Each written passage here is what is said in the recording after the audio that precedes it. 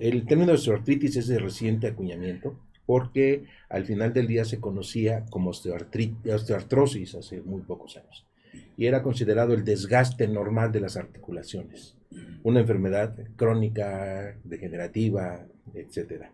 Sin embargo, los estudios recientes en donde se han identificado las moléculas que participan en la génesis de la enfermedad ha descubierto la participación de factores genéticos, ha descubierto la participación de factores hereditarios, que son un poquito diferentes, factores inmunológicos, factores bioquímicos, factores mecánicos.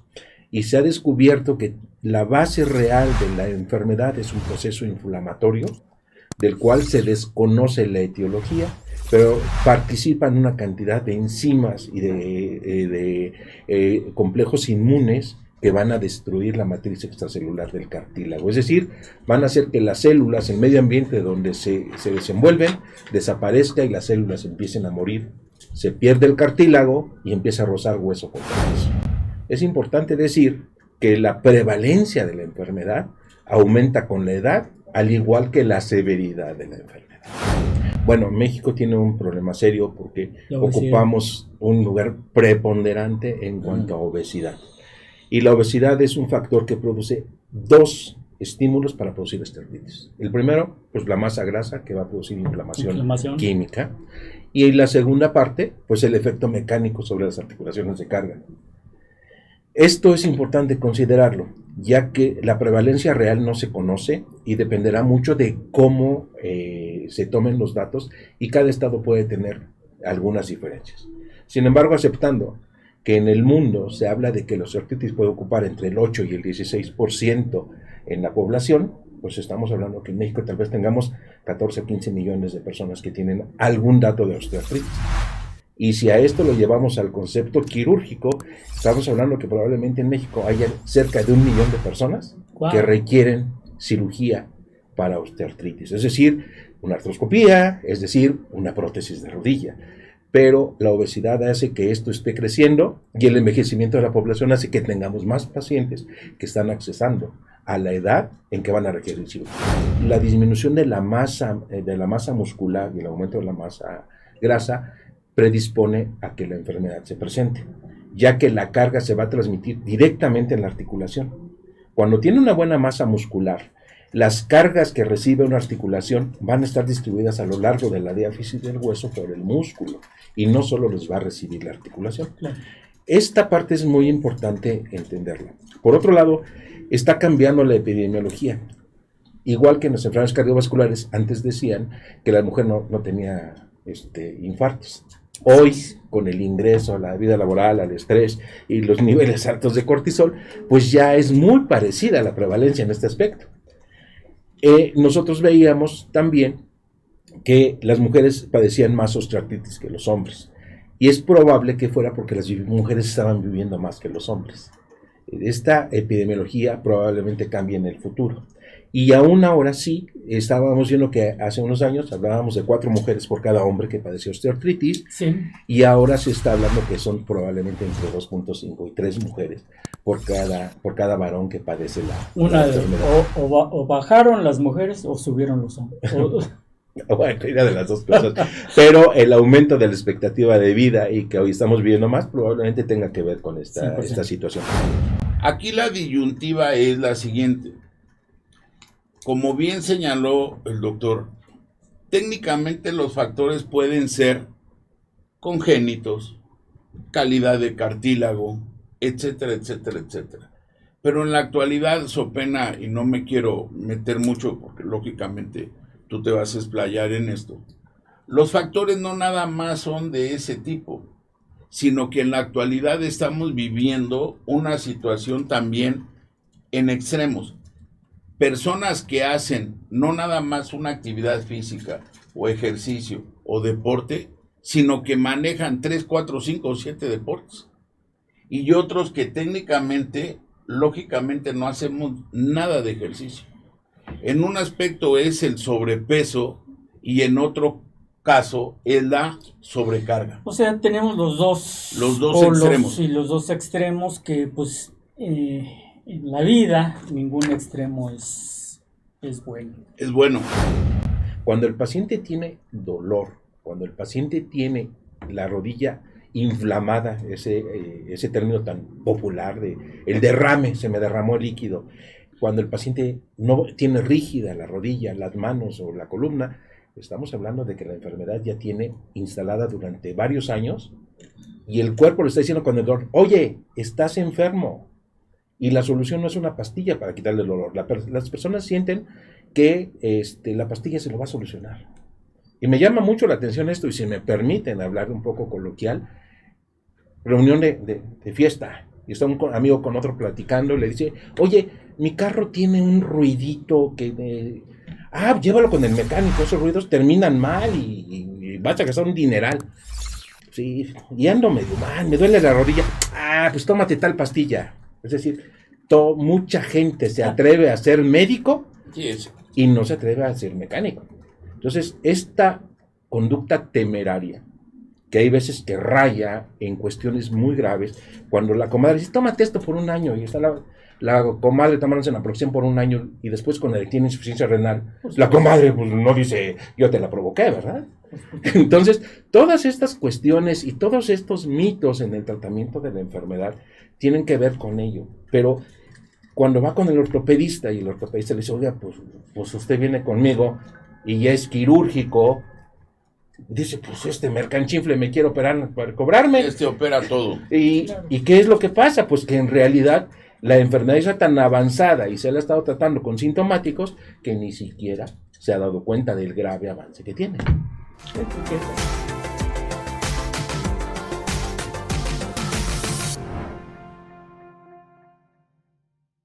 Muy bien. Hola, bienvenidos a una emisión más de Salud para Todos Radio Online.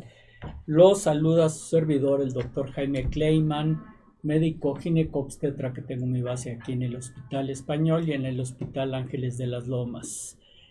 Tengo estudios aparte de ginecología y obstetricia, soy perito de ginecología, estudios de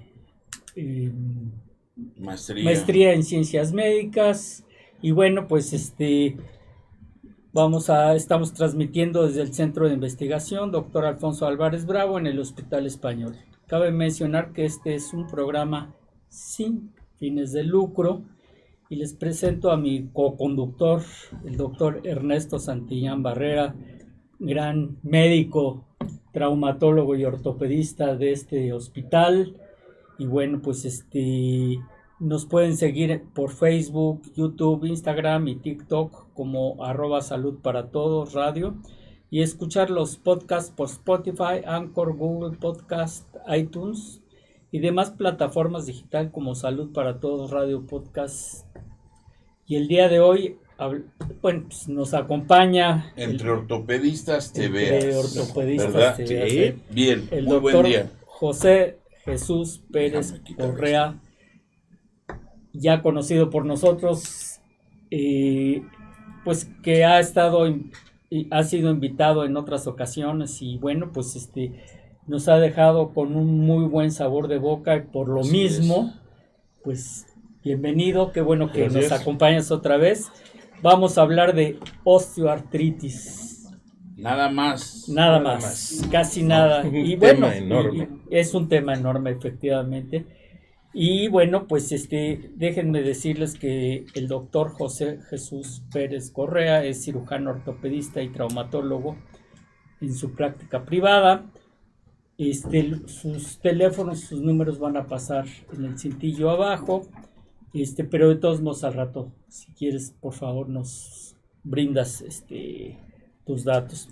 Es jefe del Departamento de Investigación de Posgrado en la Escuela Superior de Medicina del Instituto Politécnico Nacional, jefe de la División de Ortopedia del Hospital de Ortopedia Victorio de la Fuente Narváez, es jefe de servicio, jefe de servicio, sí, tantas jefaturas, reemplazos articulares y jefe de servicio de artroscopía, jefe de servicio de cirugía de rodilla, y es coautor de artículos científicos hasta la fecha 5 y director de 6 tesis. Bueno, pues con este currículum pues... Que no se diga más. Y los domingos vende globos En Chapultepec. En Chapultepec. No, Bueno, cubrimos los eventos de fútbol americano. Bueno. ¿Verdad? Bienvenido, qué bueno que Burros blancos nos y águilas. acompañas. Ya fui Y médico de acá Águilas Pumas. Blancas también. Bueno, Y casi nada. sale. ¿Y qué es esto? Bueno, para empezar, vamos a hablar de la osteoartritis. Y envié la liga Y bueno, a pues todos. para hablar de osteoartritis, pues tenemos que hablar de qué significa la palabra osteoartritis y sus implicaciones, Listo. por qué viene y bueno, todo lo que tú ya sabes. Pero qué es, porque mucha gente tiene una idea un poquito errónea de lo que es la osteoartritis, ¿no? Tiene un dolor articular por algún motivo, ya tengo osteoartritis. Hice ejercicio y ya tengo osteoartritis. Yo creo que pues tenemos que enfocar esto y saber de qué estamos hablando. Yo creo que quitamos esto porque no me deja pensar. Pues sí, yo la que no. Es buena idea. Pusimos Ok. nuestras tazas. Pues muchas gracias por la invitación, muchas gracias por la presentación. Efectivamente yo ocupé esos puestos y estoy aquí con mucho gusto para compartir un poco de la experiencia y de esta parte de la medicina que todos los médicos utilizamos, que es la ciencia, los conceptos científicos. Así es. En este aspecto, el término de osteoartritis es de reciente acuñamiento, porque al final del día se conocía como osteoartrosis hace muy pocos años, y era considerado el desgaste normal de las articulaciones, una enfermedad crónica, degenerativa, etc. Sin embargo, los estudios recientes en donde se han identificado las moléculas que participan en la génesis de la enfermedad, ha descubierto la participación de factores genéticos, ha descubierto la participación de factores hereditarios, que son un poquito diferentes, factores inmunológicos, factores bioquímicos, factores mecánicos. Y se ha descubierto que la base real de la enfermedad es un proceso inflamatorio, del cual se desconoce la etiología, pero participan una cantidad de enzimas y de complejos inmunes que van a destruir la matriz extracelular del cartílago. Es decir, van a hacer que las células, el medio ambiente donde se desenvuelven, desaparezca y las células empiecen a morir. Se pierde el cartílago y empieza a rozar hueso contra hueso. Eso es. Y es por eso que no todos cuando envejecemos vamos a tener estrictamente la osteoartritis. Hay quienes sí, hay quienes no, y esto pues se puede dar por cuestiones genéticas o por cuestiones inclusive alimentarias, no sé, o por epigenética también.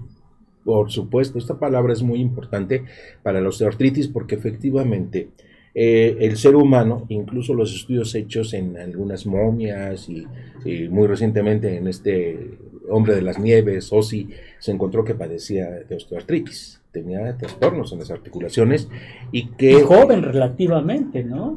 Así es, sí.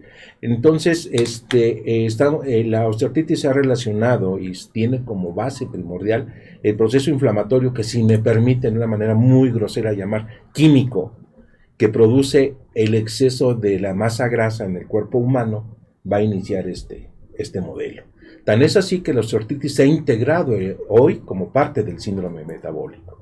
Y esto va a producir una cantidad de moléculas que bioquímicamente van a iniciar la destrucción de la matriz extracelular. Y posteriormente la participación de estas enzimas para limpiar el cartílago dañado va a perpetuarse por procesos inmunológicos y va a continuar con esta destrucción. Es importante decir que la prevalencia de la enfermedad aumenta con la edad, al igual que la severidad de la enfermedad. ¿Y cómo estamos? O sea, no exactamente en números, pero en proporción aquí en México en relación a esta enfermedad, a este padecimiento, vamos. Bueno, México tiene un problema serio porque ocupamos un lugar preponderante en cuanto a obesidad. Y la obesidad es un factor que produce dos estímulos para producir osteoartritis. El primero, pues la masa grasa, que va a producir inflamación química. Y la segunda parte, pues el efecto mecánico sobre las articulaciones de carga. Esto es importante considerarlo, ya que la prevalencia real no se conoce y dependerá mucho de cómo se tomen los datos, y cada estado puede tener algunas diferencias.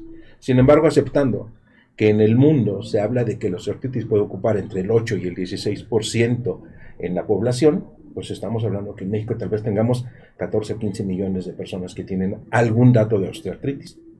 Y si a esto lo llevamos al concepto quirúrgico, estamos hablando que probablemente en México haya cerca de 1 millón de personas que requieren cirugía para osteoartritis, es decir, una artroscopía, es decir, una prótesis de rodilla. Pero la obesidad hace que esto esté creciendo, y el envejecimiento de la población hace que tengamos más pacientes que están accesando a la edad en que van a requerir cirugía. Eso es. Y hablando de género, el sexo tiene que ver, las hormonas tienen que ver para la génesis o para en un momento dado la protección.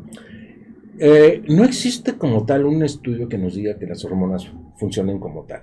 Lo que sí se han hecho estudios es que la disminución de la masa muscular y el aumento de la masa grasa predispone a que la enfermedad se presente, ya que la carga se va a transmitir directamente en la articulación. Cuando tiene una buena masa muscular, las cargas que recibe una articulación van a estar distribuidas a lo largo de la diáfisis del hueso por el músculo, y no solo les va a recibir la articulación. Claro.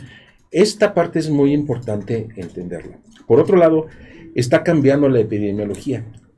Igual que en las enfermedades cardiovasculares, antes decían que la mujer no tenía infartos.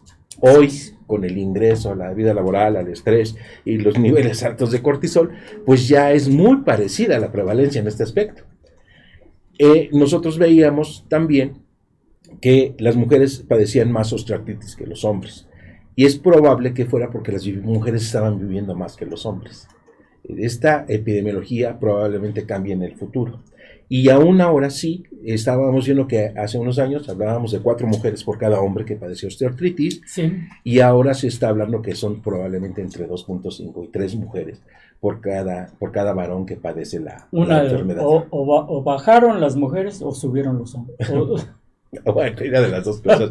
Pero el aumento de la expectativa de vida y que hoy estamos viviendo más probablemente tenga que ver con esta situación. Otra situación que también tenemos que considerar es que mucha gente está haciendo no solo ejercicio, sino deporte. Entonces, si tú corres 20 maratones al año... ¿Cuál es la diferencia, perdón, para nuestra gente que nos está escuchando, entre ejercicio y deporte? Porque lo usamos como sinónimos, entonces... Ok. El ejercicio tiene la característica de ser un movimiento armónico, programado, para llevar a cabo la activación osteomuscular. Okay. El deporte involucra ya ejercicios repetitivos tendientes a mejorar la fuerza, la resistencia y tener la velocidad incluso para competir. Esa es básicamente la diferencia. El Tai Chi, por ejemplo, es deporte. No hay competencias de Tai Chi. Pero si ya alguien corre un maratón por mes durante 20 años, lo más probable que, a lo mejor asintomático, pero tenga osteoartritis de rodilla o de cadera. ¿O no es así, doctor? Sí, totalmente de acuerdo. Este tema es muy controversial porque generalmente los enfoques desde el punto de vista de especialidad han sido en ocasiones, parafraseando, divergentes y convergentes, porque la osteoartritis técnicamente la manejaba o la siguen manejando los reumatólogos. El enfoque desde el punto de vista de reumatología es muy diferente a el enfoque que nosotros le damos como ortopedistas y traumatólogos. Inclusive lo que acabas de señalar es muy cierto, porque así como estamos aquí, ¿cuántos foros se realizaron nada más para cambiar la nomenclatura de la enfermedad? Porque inicialmente se hablaba de osteoartrosis en el aspecto de degeneración, de paso de tiempo, de desgaste en lo que es el cartílago articular. Y en sus diferentes... artritis es inflamación de... Y entonces en aquellos vamos a llamarle los años 70, 80, se pensaba que no había proceso inflamatorio de por medio. ¿Estás de acuerdo? Hasta que lógicamente, lo que también está señalando adecuadamente, se comprobó que había factores proinflamatorios reales y mediadores de inflamación. Y entonces se cambió el término de osteoartrosis a osteoartritis. Pero cierto grupo de reumatología fueron muy renuentes a esto, porque técnicamente, insisto, la osteoartritis, vamos a llamarle ahora, es la principal enfermedad que va a padecer el ser humano. Eso no hay vuelta de hoja. Y entonces, para evitarnos problemas de lo que dice ortopedia, lo que dice reumatología, se quedó como OA, y que de todos modos no soluciona nada, porque en el argot popular dicen, ¿qué tienes? OA, y que es OA, es un canal de comunicación, o de qué se trata. Ahora, ¿cuál es la importancia de lo que ahora se está señalando? Ni totalmente tenemos la razón los traumatólogos y ortopedistas, ni tampoco los reumatólogos.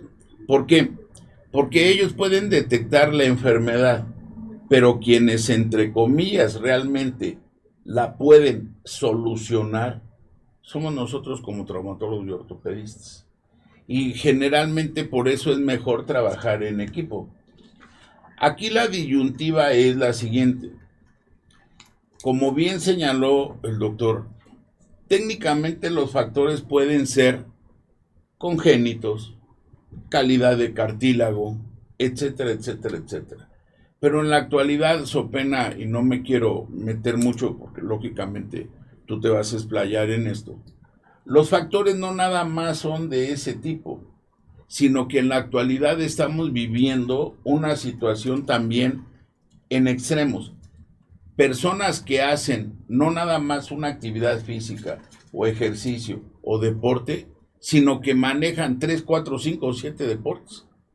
Y otros que técnicamente, lógicamente, no hacemos nada de ejercicio. En un aspecto es el sobrepeso y en otro caso es la sobrecarga. O sea, tenemos los dos polos, extremos. Y los dos extremos que, pues, en la vida ningún extremo es bueno. Es bueno. Indudablemente. Si me permiten abundar, sí, claro, el comentario tan importante del doctor, a mí, tenemos que diferenciar entre esta parte que todavía no es lo que el paciente siente. Estamos hablando de lo que está pasando en el interior del cuerpo y con las moléculas. Es una fase asintomática. Es antes del horizonte clínico, perfectamente definido. Cuando el paciente tiene dolor, cuando el paciente tiene la rodilla inflamada, ese término tan popular de el derrame, se me derramó el líquido, cuando el paciente no tiene rígida la rodilla, las manos o la columna, estamos hablando de que la enfermedad ya tiene instalada durante varios años y el cuerpo le está diciendo con el dolor, oye, estás enfermo. Y la solución no es una pastilla para quitarle el dolor. Las personas sienten que la pastilla se lo va a solucionar. Y me llama mucho la atención esto, y si me permiten hablar un poco coloquial, reunión de fiesta, y está un amigo con otro platicando, y le dice, oye, mi carro tiene un ruidito que... llévalo con el mecánico, esos ruidos terminan mal y vas a gastar un dineral. Sí, y ando medio mal, me duele la rodilla. Pues tómate tal pastilla. Es decir, mucha gente se atreve a ser médico y no se atreve a ser mecánico. Entonces, esta conducta temeraria, que hay veces que raya en cuestiones muy graves, cuando la comadre dice, tómate esto por un año, y está la comadre tomándose la Naproxen por un año, y después cuando le tiene insuficiencia renal, la comadre pues, no dice, yo te la provoqué, ¿verdad? Entonces, todas estas cuestiones y todos estos mitos en el tratamiento de la enfermedad tienen que ver con ello, pero cuando va con el ortopedista y el ortopedista le dice, oiga, pues usted viene conmigo y ya es quirúrgico, dice, pues mercanchinfle me quiere operar para cobrarme. Opera todo. ¿Y qué es lo que pasa? Pues que en realidad la enfermedad está tan avanzada y se la ha estado tratando con sintomáticos que ni siquiera se ha dado cuenta del grave avance que tiene. Que es parte y es algo que pues en este programa hacemos énfasis, número 1, en medicina preventiva, y número 2, no por ser menos importante, sobre la automedicación. Yo creo que esas y es en estas dos cosas en las que este programa incide mucho. Tratar de evitar la automedicación y tratar de evitar y hacer que uno pues haga medicina preventiva. Sí, Como ejercicio, alimentación, claro. cosas que, bueno, pues si yo puedo evitar el que me vaya a dar osteoartritis y tenemos la receta, entre comillas, pues vamos a hacerla. Y esto me da pie yo soy speaker de un laboratorio y bueno, pues me han mandado a varios lugares de la República hablar exclusivamente, y yo como ginecólogo, de un complemento alimenticio que es el colágeno. Y el colágeno, que bueno, lo venden desde unas pastillitas hasta en polvo y en unos sobres que tienen un polvito que se diluye en agua. Y este colágeno tipo 1 es yo como ginecólogo se lo recomiendo a mis pacientes en etapa perimenopáusica, justamente para evitar o para tratar de evitar la osteoartritis. ¿Qué opinión tienes de esto? Obviamente nos podemos enfrascar en no, que el colágeno sí sirve, no sirve, se destruye a nivel por las enzimas, por el ácido clorhídrico del estómago, o sí sirve, o entra la molécula, no entra, etcétera, etcétera. Que nos podemos quedar aquí 2 horas platicando de eso. Pero sí, obviamente con una dirección médica. ¿Cómo ves estos complementos alimenticios? Okay. Me interesa mucho la opinión de ambos. Ok. Contesto. Ok. Desde mi óptica, Sí. tenemos en este momento una explosión de conceptos que están llamándole medicina regenerativa, medicina X, Y, Z.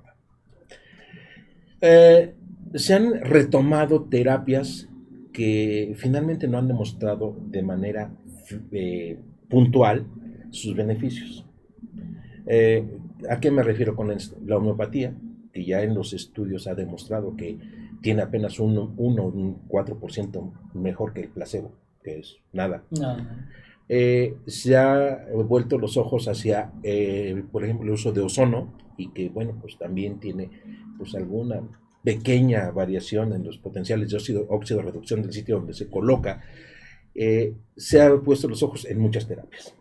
El advenimiento de el colágeno por vía oral pues se inició hace unos años y tiene la característica, según quienes lo promueven, de que al ingerirlo esta molécula se va a absorber y va a ayudar a mejorar el cartílago articular.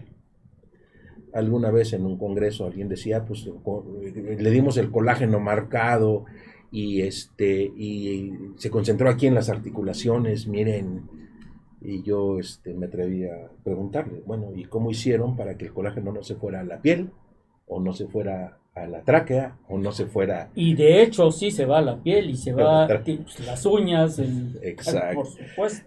Entonces, no hubo una respuesta como tal. ¿Qué quiero decir con toda esta palabrería? Pues muy simple. No hemos podido comprobar que realmente el efecto que tiene el paciente, porque los pacientes dicen sentirse mejor, honestamente. Ellos dicen, yo me lo tomo, doctor, y me siento bien. No tenemos estudios de estos, de ensayo clínico controlado o alguna, cualquier cosa, no existen con este producto. ¿Por qué no existen? Porque es muy difícil controlar todas las variables de confusión que entran ahí. Entonces es casi imposible. Porque si un paciente está tomando el producto y come, qué sé, una tostada de pata, que es colágeno como tal, pues es muy probable que variaran los resultados. Si el paciente toma hígado, que también tiene un parénquima muy importante, y el estroma, una gelatina, que es colágeno. Entonces puede variar los resultados. Es muy difícil controlar un estudio de estos, por eso no existe. Pero los pacientes refieren sentirse mejor.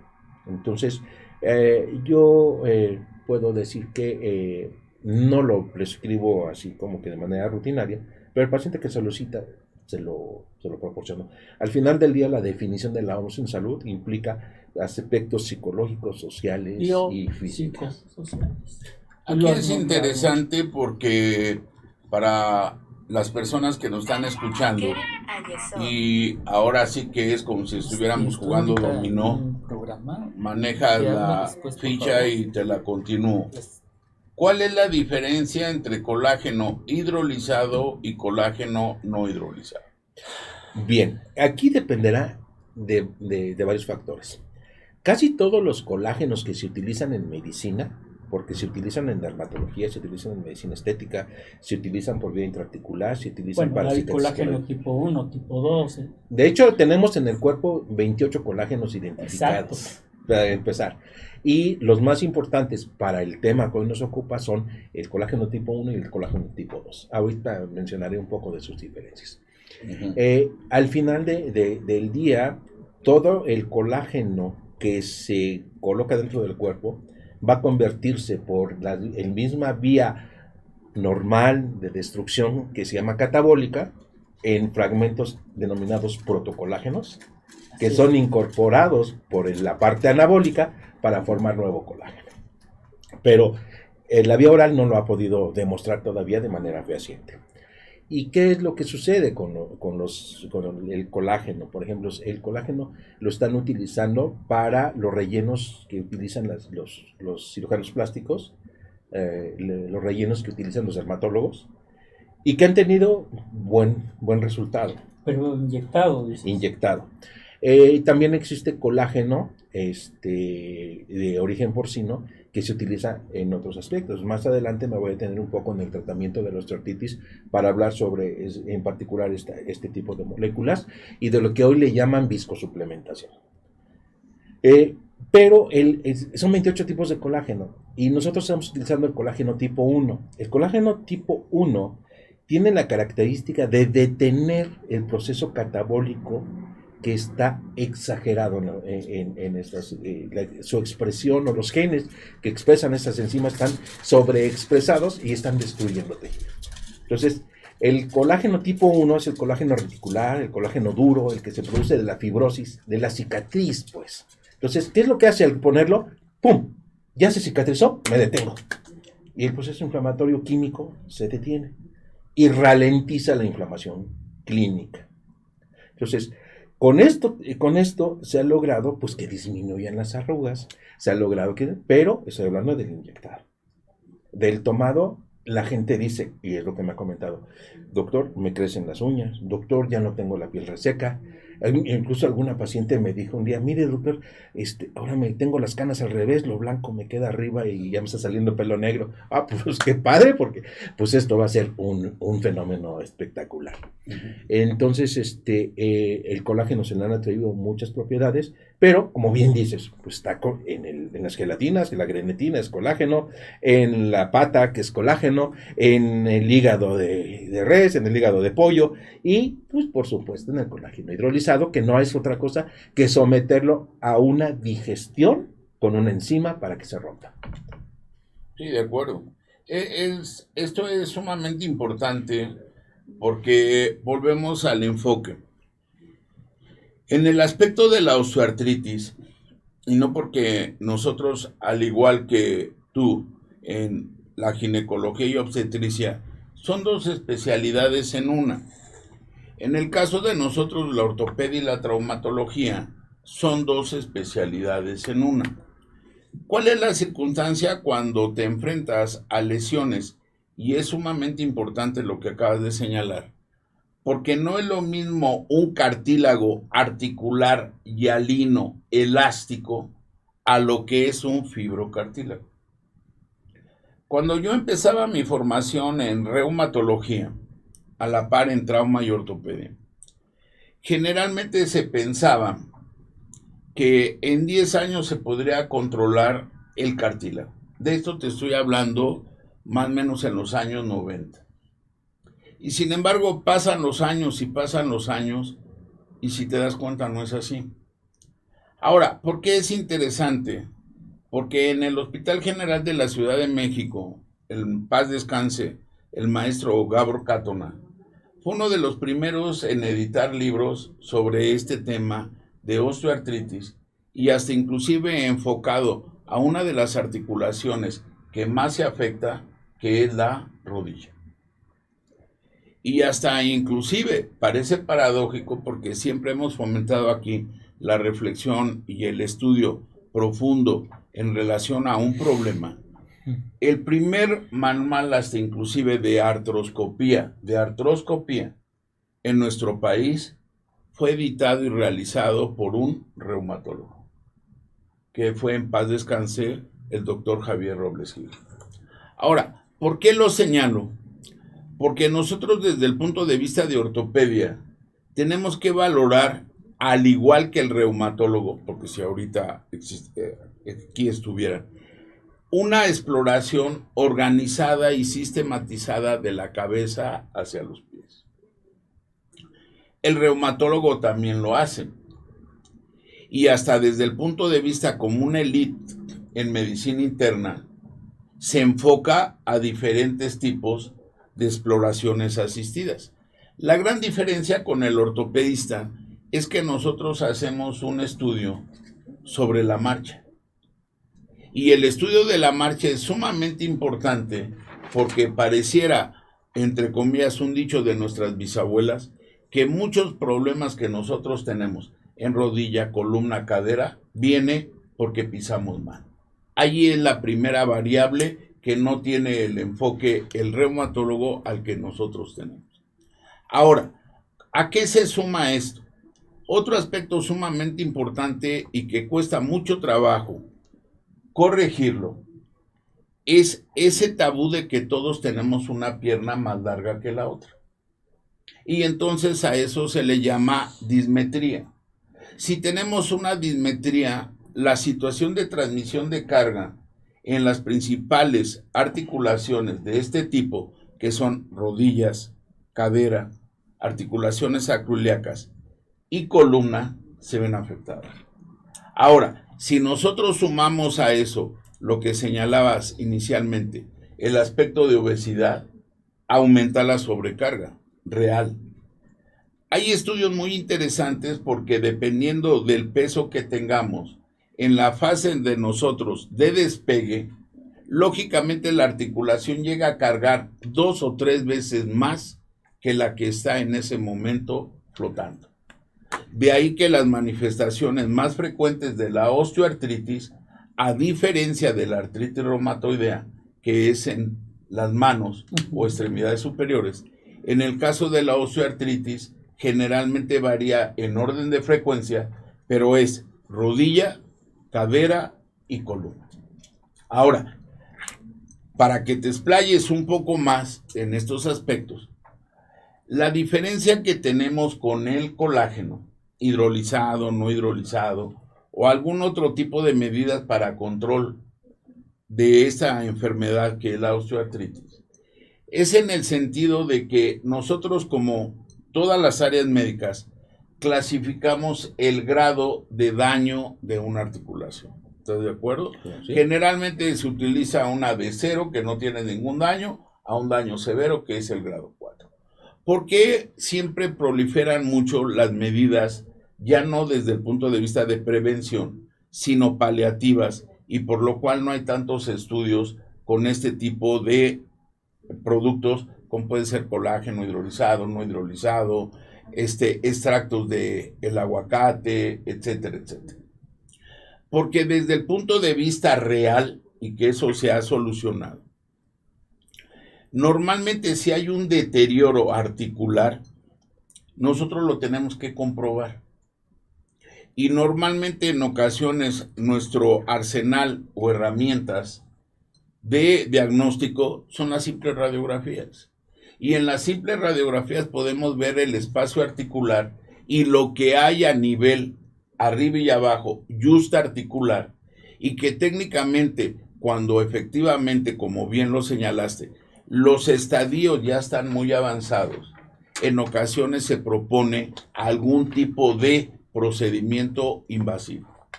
El más común por antigüedad, ¿cuál era? La infiltración. Normalmente ha caído en desuso, ¿por qué? Porque normalmente era la utilidad de un corticoide y un anestésico.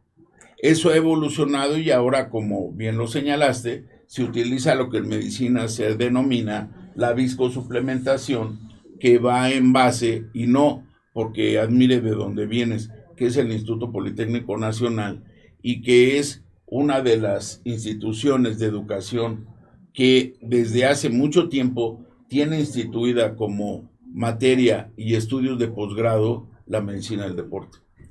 Y que lógicamente al existir la medicina del deporte le da otro enfoque a este tipo de enfermedad, porque volviendo al tema, actualmente por sobrecarga de las articulaciones no podemos nosotros dar la certeza de que vamos a manejar un medicamento que yo no lo puedo decir porque no es el término adecuado, paliativo, para curación y cambio de un cartílago hialino articular elástico a lo que es un fibrocartílago. Claro. Y que lógicamente cuando vienen pacientes con nosotros y les decimos, pues discúlpame, pero para evitar más daño en otras articulaciones, debes de ser sometido a un procedimiento, entre comillas, menos agresivo, como las técnicas artroscópicas. Pero las técnicas artroscópicas regulan o regularizan el cartílago articular, ¿estás de acuerdo? Mas no lo reparan ni vuelve a recuperarse el grosor original del cartílago articular. Y entonces aquí es donde la cochina tuerce el rabo, porque entonces las gentes o las personas se volcan o vuelcan a tratamientos con colágeno, que no lo digo por malo, porque tú lo dijiste y con gran atino. Muchos pacientes se sienten bien. Llámale efecto placebo o no efecto placebo, pero se sienten bien. Porque aquí tengo a un reumatólogo, aquí tengo a un traumatólogo. En relación al reumatólogo, ¿qué dicen? Yo no voy a seguir tomando medicamentos antiinflamatorios, esteroideos, no esteroideos, que me cuestan tanto. Yo no voy a ser sometido ni quiero que me operen. Y entonces, en medio, como parte del tratamiento, y por eso se siguen fomentando estos productos, ¿qué es lo que existe? Los colágenos. Indudablemente, esta disertación es extraordinariamente valiosa, porque la gente ya no se quiere operar. Desafortunadamente se ha enfrentado y ha visto ahora con esta casi instantánea comunicación que tenemos en todo el mundo, pues algunos malos resultados. Y un mal resultado impacta en muchísimas personas. Y un buen resultado, pues la gente lo ve como algo que así debe ser. Por tanto, desde el siglo pasado, McMaster en Canadá desarrolló unas cosas que llaman guías de práctica clínica, que concentran los modelos de atención y nos dice, en base a la evidencia científica, los grados de recomendación y los grados de efectividad, por decirlo de otra manera, para que se entienda que es el grado de recomendación y nivel de evidencia, son los siguientes, y así vamos a seleccionar nuestros tratamientos.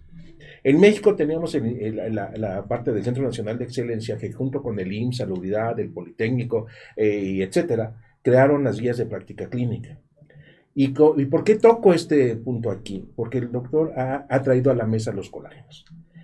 Aquí, en esta guía de práctica clínica para el manejo de la osteoartritis de rodilla y cadera, el nivel 1A se lo están otorgando a un colágeno, que es la colágena, colágena, se puede hacer de manera indistinta, tipo 1, de origen porcino, pepsinizada, es decir, hidrolizada, pero para uso inyectable.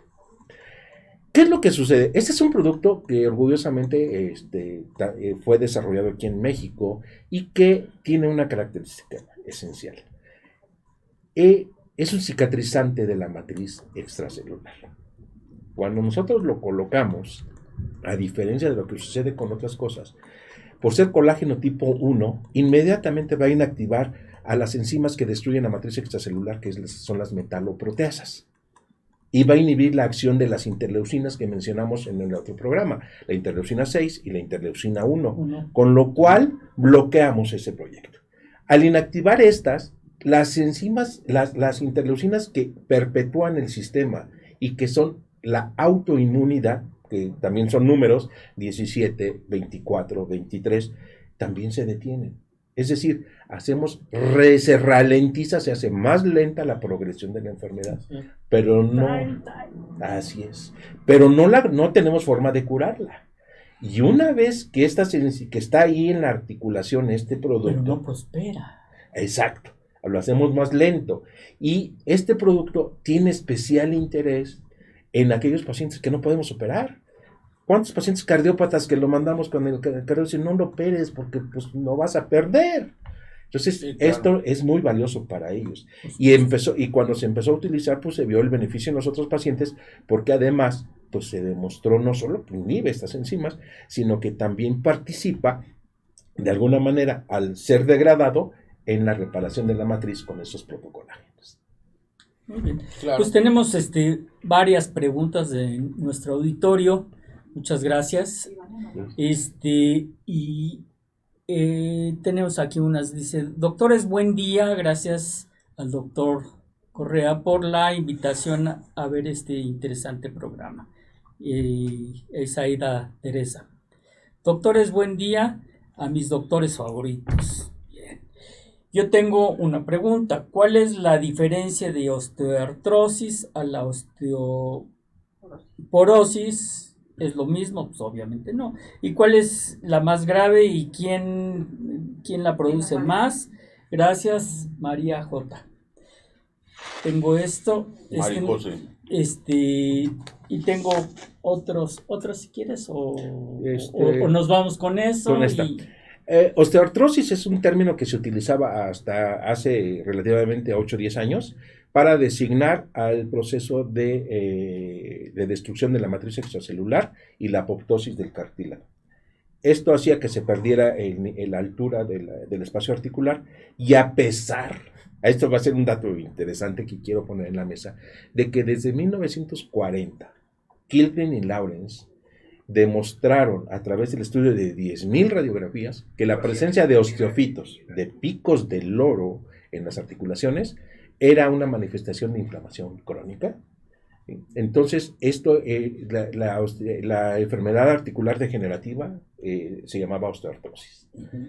Y hoy la hemos denominado osteoartritis porque participan las mismas enzimas que van a destruir el cartílago y va a producir osteoartritis, las mismas enzimas que van a destruir el hueso alrededor de las articulaciones, como ponemos una prótesis que se llama osteolisis, la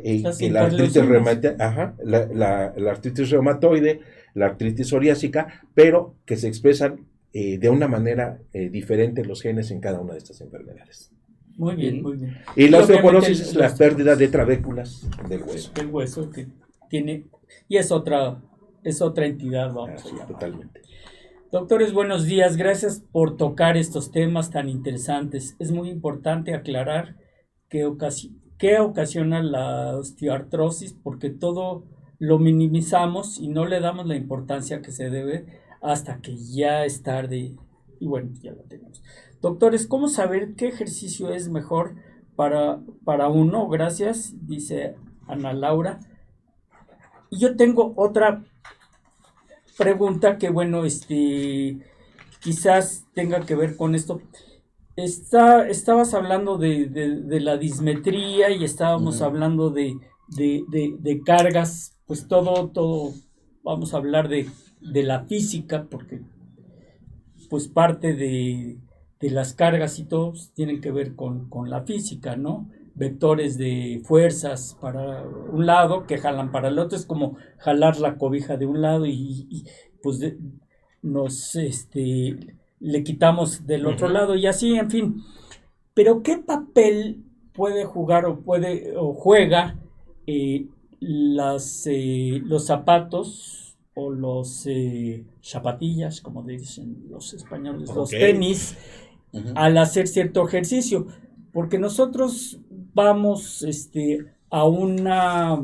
queremos hacer ejercicio y yo digo, hoy voy a ponerme a correr y voy a comprarme unos tenis. Voy a una de estas tiendas famosas donde venden equipo deportivo y encuentro que hay un anaquel que vende tenis desde 100 pesos hasta 1100 pesos. O sea, tenemos una gama enorme de más de 10,000 pesos.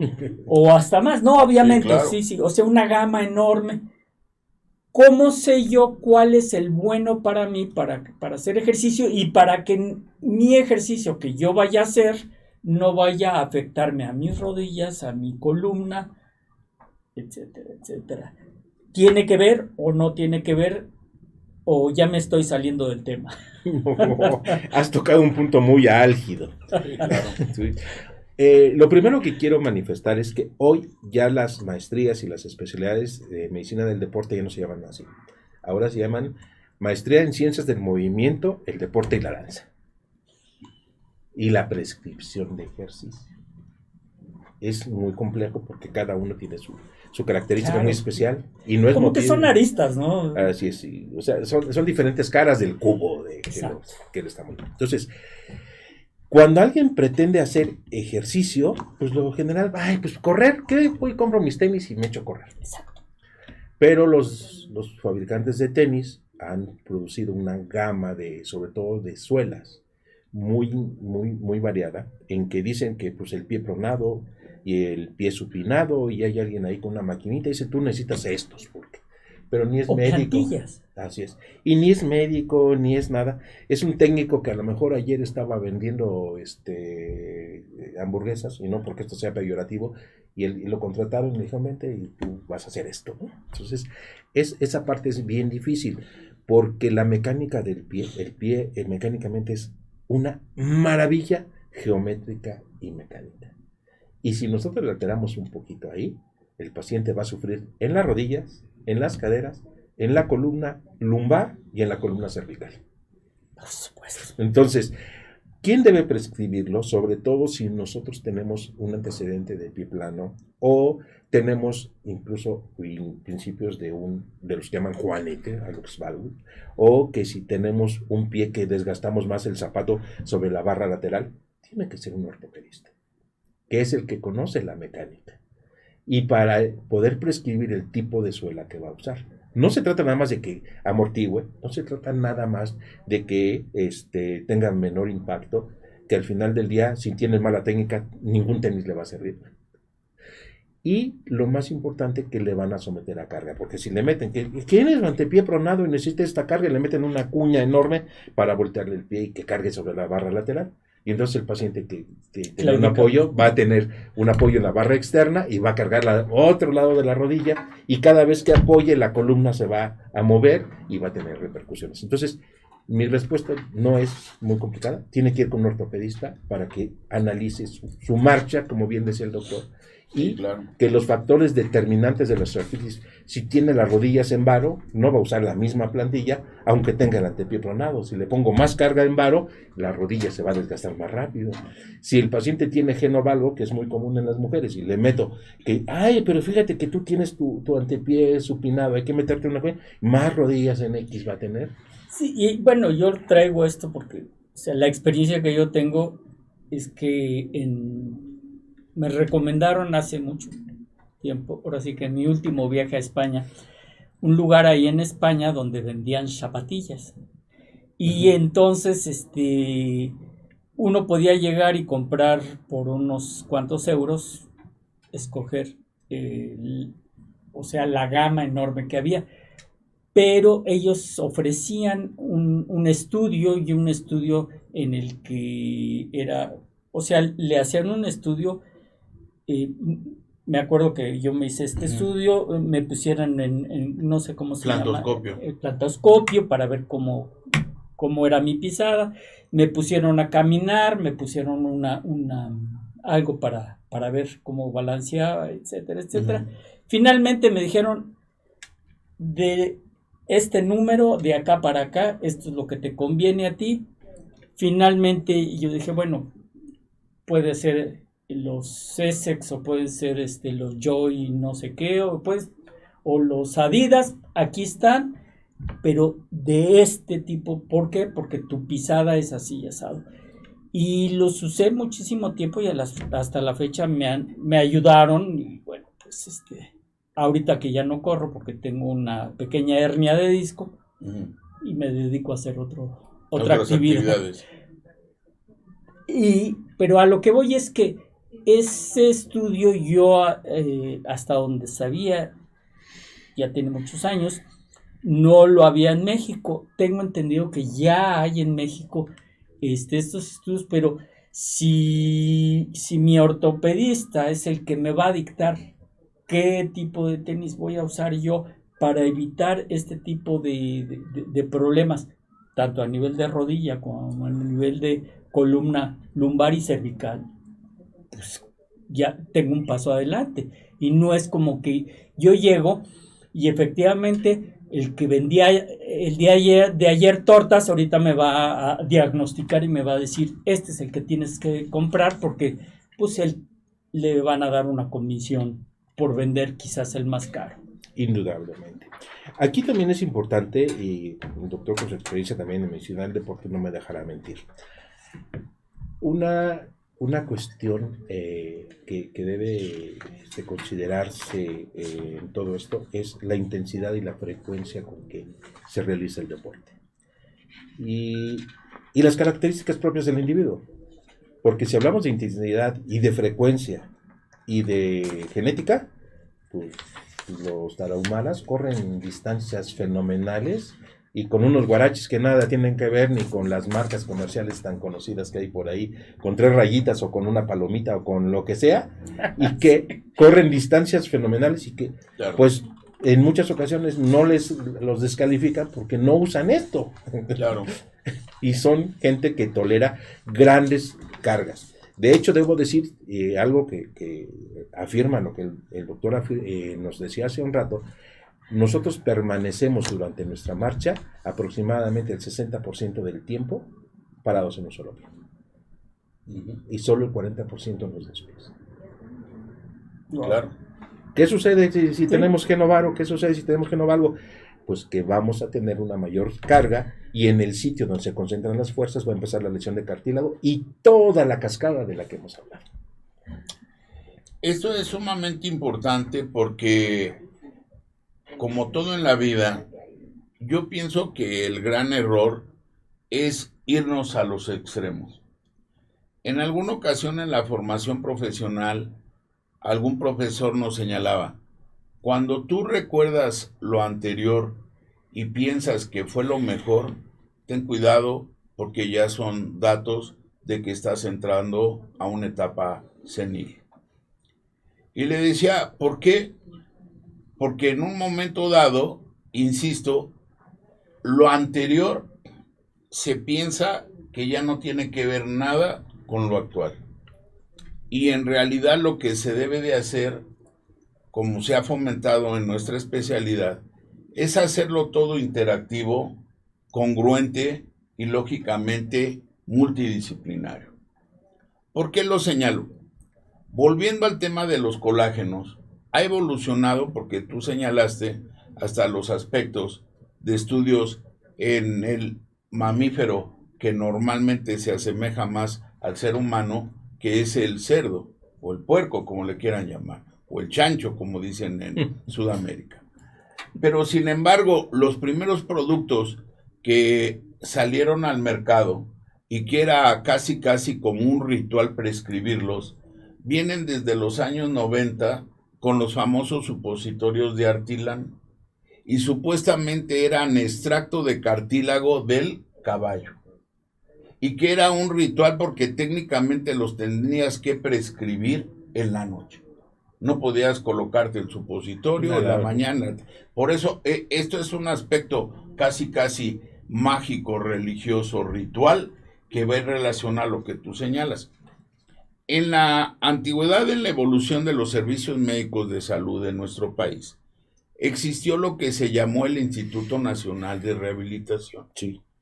Pero lógicamente no tenía que ver nada con el Instituto de Rehabilitación actual. ¿Por qué lo señalo? Porque por fines políticos, gubernamentales o lo que tú quieras, se unió el antiguo Instituto Nacional de Ortopedia con el de rehabilitación que era auspiciado por parte de la beneficencia privada por don Rómulo Farrell. Y en relación para esos dos presupuestos se creó el actual Instituto Nacional de Rehabilitación. Ahora, ¿por qué lo señalo? Porque yo soy muy amante, como tú, en fin, de siempre ir a la historia para entender en qué momento estamos pisando actualmente. Cuando por especialidad nosotros en ortopedia y traumatología prescribíamos algún calzado, que viene a colación de lo que señalas, alguna órtesis, alguna prótesis, íbamos o rotábamos al Instituto Nacional de Rehabilitación. Y ahí todo estaba segmentado en relación a los ortesistas que estaban encaminados a fabricar zapatos con pieles especiales, hormas especiales, suelas especiales, de acuerdo al caso. Otros que hacían prótesis para extremidad superior, extremidad inferior, y que técnicamente nosotros íbamos para aprender los niveles de amputación de un paciente y cómo podíamos volverlo a meter a una actividad productiva, etcétera, etcétera. Para no andar en el asunto es lo siguiente: las nuevas generaciones, con el debido respeto, no tienen en ocasiones ni la menor idea de cómo se prescribe unas simples y vulgares plantillas. ¿Y por qué lo señalo? Desde los años 90 empezaron a aflorar lo que tú ahora mencionas, que eran los equipos para el estudio de la marcha. En aquel entonces era una banda sin fin y que nosotros valorábamos previo, insisto, y lo puntualizaste muy bien, hacer una exploración organizada y sistematizada y hacer la clasificación del pie con las variantes anatómicas que en un momento dado nos iban a conducir a una deformidad angular en charrito, que era geno varo, o en X, que era un geno varo. Así es. Ahora, ¿qué es lo que sucede? Porque desde tiempos ancestrales esto no lo manejábamos hasta inclusive los ortopedistas. Lo manejaban los simples zapateros. Si nos vamos a las crónicas en un momento dado de la Ciudad de México, con los famosos virones metálicos que colocaban en el tacón y que decían, usted camina hacia afuera o hacia adentro. Este lo coloco aquí. Como si fuera la persona que va y hace un estudio en el balanceo y alineación de tu automóvil. Parece paradójico. Desde ahí viene. Así es. Actualmente ya todo está más moderno y efectivamente se te colocan unos sensores, pasas por una situación especial de banda y es el estudio de la marcha perfectamente computarizado y desde el punto de vista electrónico. Pero ahí hay un pero. En ocasiones, porque es otra de las controversias, una máquina no va a sustituir a un ser humano.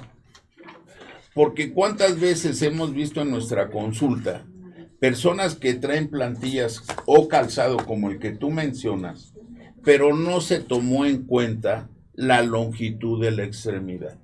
Y por eso hasta la fecha para mí es un tabú el que se considere que todos tenemos una pierna más larga que la otra.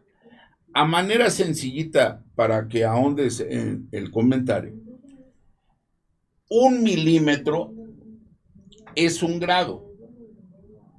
En traumatología, cuando vamos a intervenir quirúrgicamente a un paciente, la justificación es hacer una reducción lo más anatómico posible, porque con una simple diferencia de 2 a 3 milímetros vamos a condicionar la aparición de procesos de osteoartritis a temprana edad.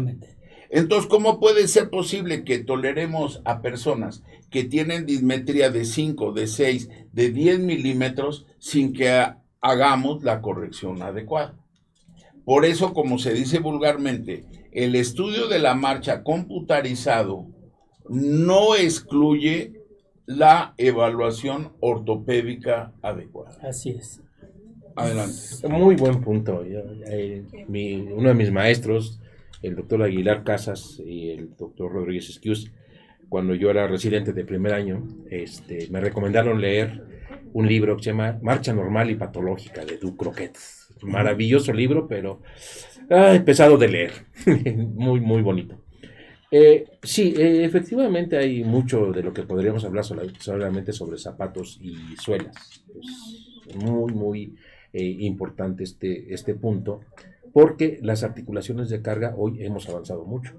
Hoy ya tenemos aparatos que miden cuánto tiempo, pues como el dato que les decía, cuánto tiempo permanecemos en un solo pie durante la marcha, qué pie carga más que otro, si hay asimetría en la marcha, y después de una lesión de ligamento cruzado, pues ya podemos determinar cuál fue el efecto postraumático sobre esa extremidad, porque la lesión estuvo en la rodilla probablemente, pero al final del día repercute en todo el cuerpo. Entonces, finalmente, la marcha se ve afectada, y una de las cosas que más se afecta es la propiocepción en la región del ligamento cruzado anterior, y se ha demostrado que la pierna dominante incluso puede cambiar solo por esta situación. Entonces, claro, lo que el doctor está diciendo es extraordinariamente importante. Pues muy bien, tenemos muchísimas preguntas, que bueno, eso quiere decir que está causando mucho interés en nuestro público, pero antes de seguir con las preguntas, vamos a dar pie a una pausa, y regresando a la pausa volvemos con estas preguntas que son bastante buenas. Quédense con nosotros. Tenemos familiares mayores a 60 años que pueden presentar enfermedades neurodegenerativas como Parkinson, Alzheimer, entre otras, dificultando su capacidad autónoma para realizar tareas de su vida cotidiana. Es importante cuidar de nuestros seres queridos acompañándolos en todo momento. DigitalMed es una empresa dedicada a brindar cuidados a domicilio con personal especializado y de confianza que te ayudará acompañando a esa persona especial. Nuestro equipo de enfermería está capacitado para aplicar cualquier tipo de vacuna, brindar medicamento y apoyo para sus actividades diarias. DigitalMed se compromete a tener un tratamiento integral para cada tipo de paciente.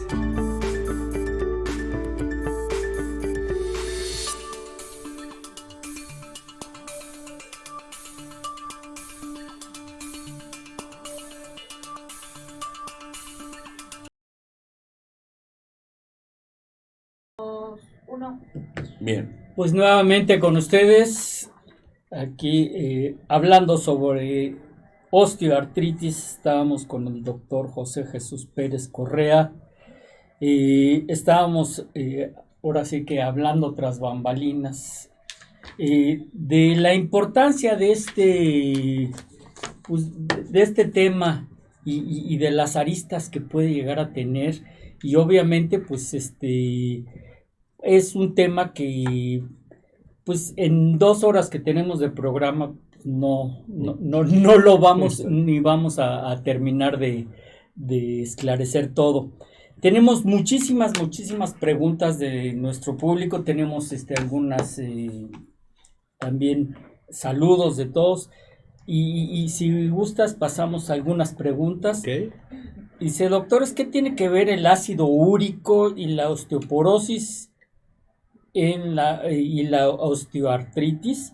Es que lo he escuchado mucho, pero no le veo relación, sobre todo porque nos recomiendan comer carne, pavo, o no nos recomiendan comer pavo para alimentar el músculo. ¿Podrían mencionar algo al respecto? Gracias, dice Manuel.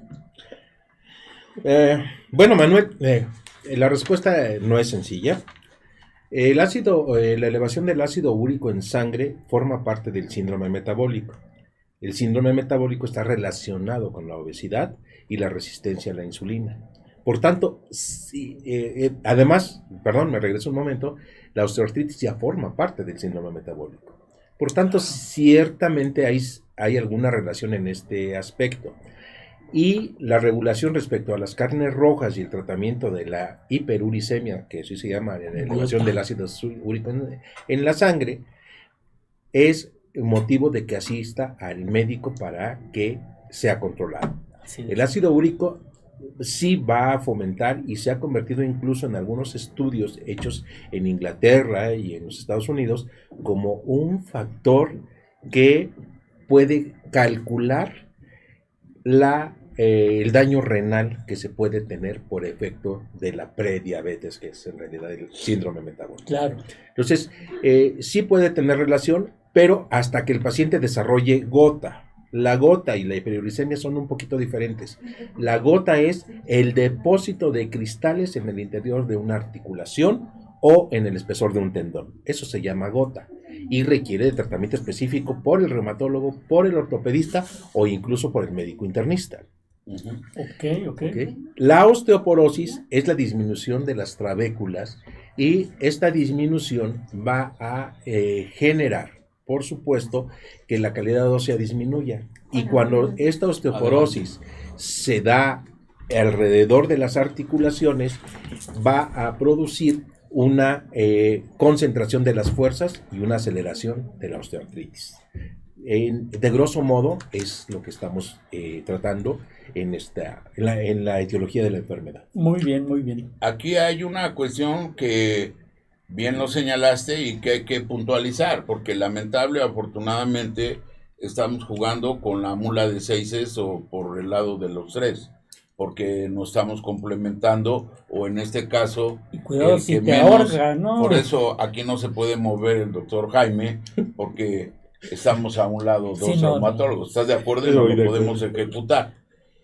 Es muy importante y siempre se ha fomentado en este programa la reflexión de lo que es la medicina preventiva.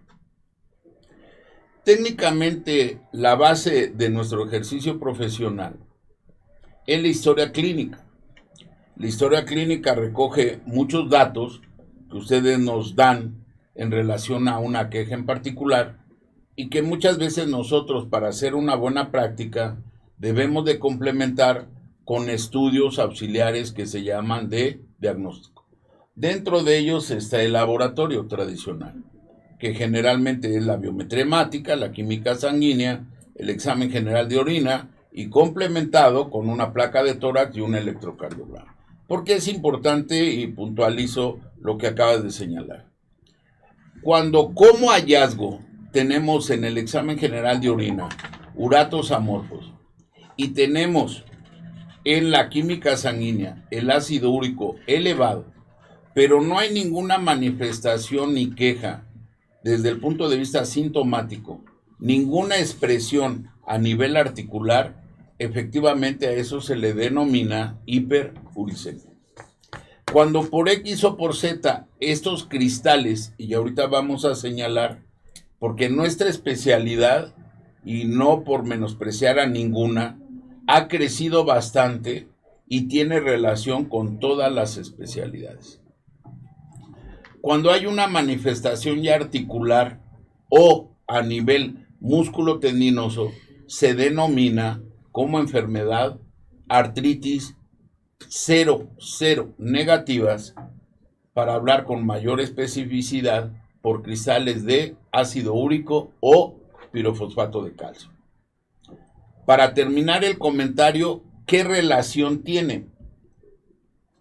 Desde el punto de vista de materias básicas, hay un dicho y es verdad, se separan las diferentes entidades anatómicas, aparatos, sistemas, para una mejor comprensión de lo que es nuestro organismo a nivel biológico, psicológico y social. Pero todo está interactuado. Ahorita yo puedo estar hablando y mientras hablo, obvio, no ejerzo los movimientos propios respiratorios de amplexión y amplexación. Si yo tengo un cristal circulando en mi torrente sanguíneo por ácido úrico y si aparte tengo otro cristal que es por síndrome metabólico, la glucosa, el super ultra filtrado de la sangre da origen a la orina. Pero el paso intermedio da origen al líquido sinovial. Y si tengo un cristal, es como si ahora en esta mesa vertiera granos de sal y de azúcar. Si todo el tiempo por estar hablando estoy tallando, al final del programa esta mesa va a estar rayada. En términos coloquiales o prácticos, el que nosotros no hagamos hincapié en el ácido úrico o en la glucosa como parte del síndrome metabólico nos va a condicionar una alteración en el medio ambiente del cartílago articular y esto va a llevar a una lesión prematura independientemente del envejecimiento que pueda tener esa articulación. Y al revés, y además irreversible, quiero suponer. Sí, claro. Por supuesto. ¿Verdad? Claro. Tenemos saludos. Jorge Santillán dice, buen día, excelente tema, bendiciones. Igual. Excelente explicación. Álvaro García manda saludos. Lucia Ángeles, buen día, gracias por tocar tan importantes temas. Y dice, tenemos aquí una pregunta de Lupita, dice, a mí me duelen mucho mis huesos. ¿Esto puede ser osteoartritis? Es una pregunta muy general. Pues sí. Y bueno, ¿cómo sabemos que le duelen los huesos? Puede ser que le duelan las articulaciones, o efectivamente le pueden doler los huesos, o lo que cubre los huesos. Para hacerlo hasta más ameno, ahorita en lo que respondas, anteriormente, y por eso es la evolución en el estudio de la medicina, alguien diría, si los huesos no duelen, ¿estás de acuerdo? Y actualmente, ¿quién diría? ¿Cómo? O el corazón no duele, lo que duele es el pericardio. Es el periósteo, en el caso del hueso, y en el caso del corazón, el pericardio y aguas, porque cuando te duele, algo está sucediendo. Así es. El dolor es esa sensación desagradable que nos avisa que hay un daño. Es una alarma, yo siempre lo he dicho.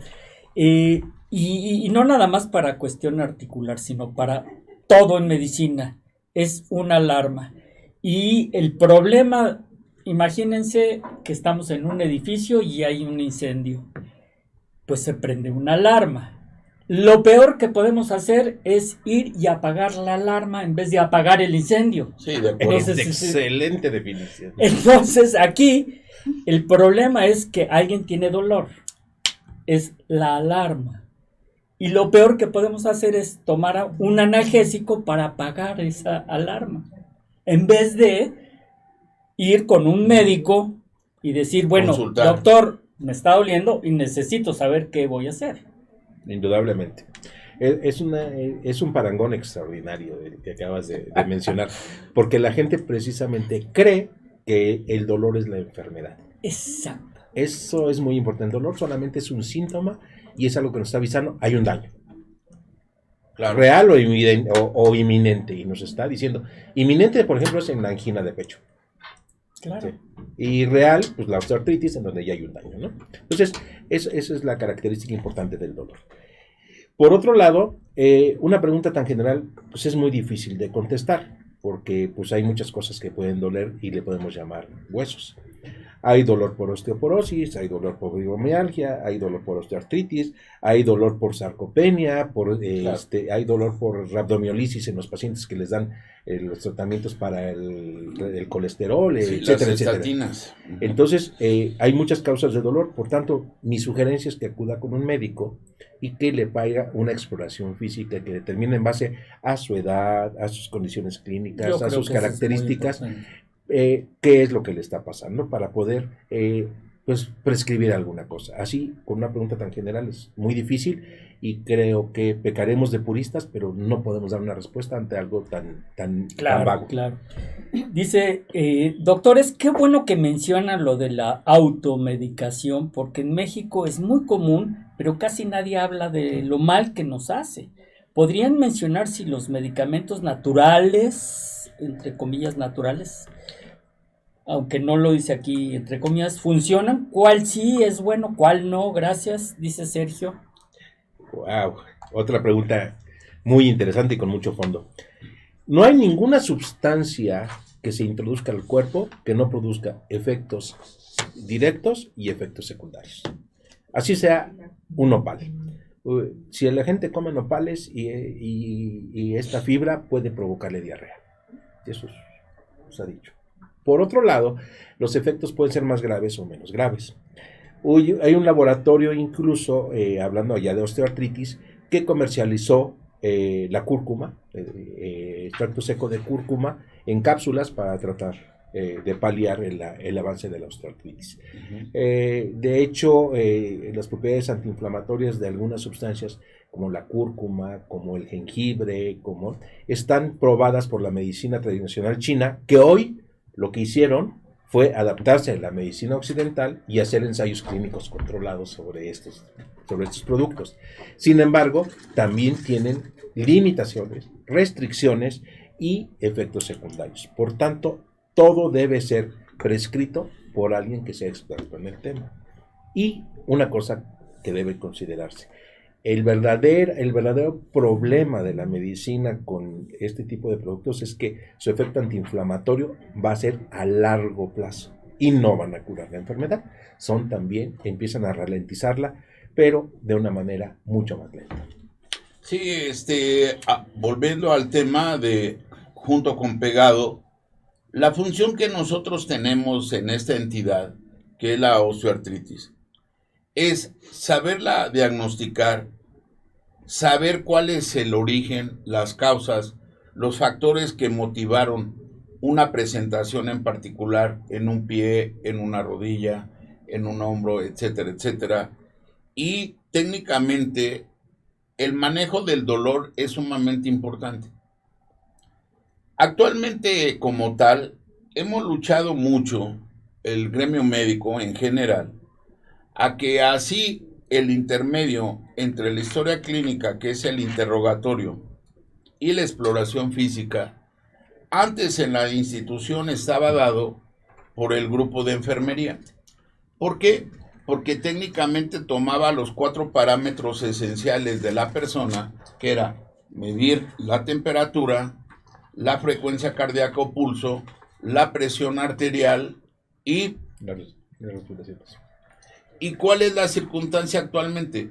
Cuando trabajando en grupo y el origen de la algología, que es el estudio para manejo y control del dolor, tuvo sus orígenes en 3 especialidades que se reunieron en los años 90, que era anestesia, geriatría y traumatología ortopedia.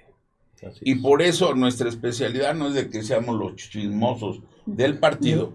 Hemos abogado en que después de tomar esos 4 parámetros clínicos, en la historia clínica actual debería de ir lo que se ha fomentado como escala visual análoga, el grado, la clasificación del dolor que presenta un paciente independientemente de la especialidad a la cual asista.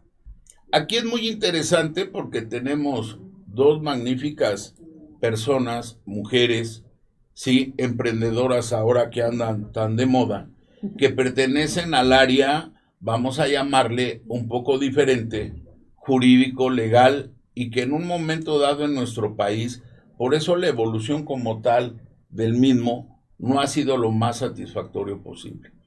¿Por qué? Porque se le tiene que tener respeto a lo que es una guía de práctica médica, que obvio no es una ley. No. Y como tal nada más sirve como parámetro para, entre comillas, escoger o definir un tratamiento de ese ser humano que nos brinda su confianza, vulgo paciente. Porque una persona que se autoprescribe o que recomienda en otro tipo de países está, entre comillas, siendo sometido a una responsabilidad. Y esa es la gran diferencia, porque técnicamente en otros lugares nuestro secretario de salud o subsecretario o titulares en el área como tal deberían de ser escogidos por los diferentes colegios que en un momento dado como tal son los organismos que definirían el mejor perfil, porque aquí ni todo es práctica, ni todo es teoría. Y técnicamente por eso en el aspecto de salud pública estamos siendo sometidos a que o tratamos bien a los pacientes o podemos ser sometidos a una demanda médico-legal. Pero ¿qué es lo que sucede cuando personas pueden fomentar tratamientos empíricos?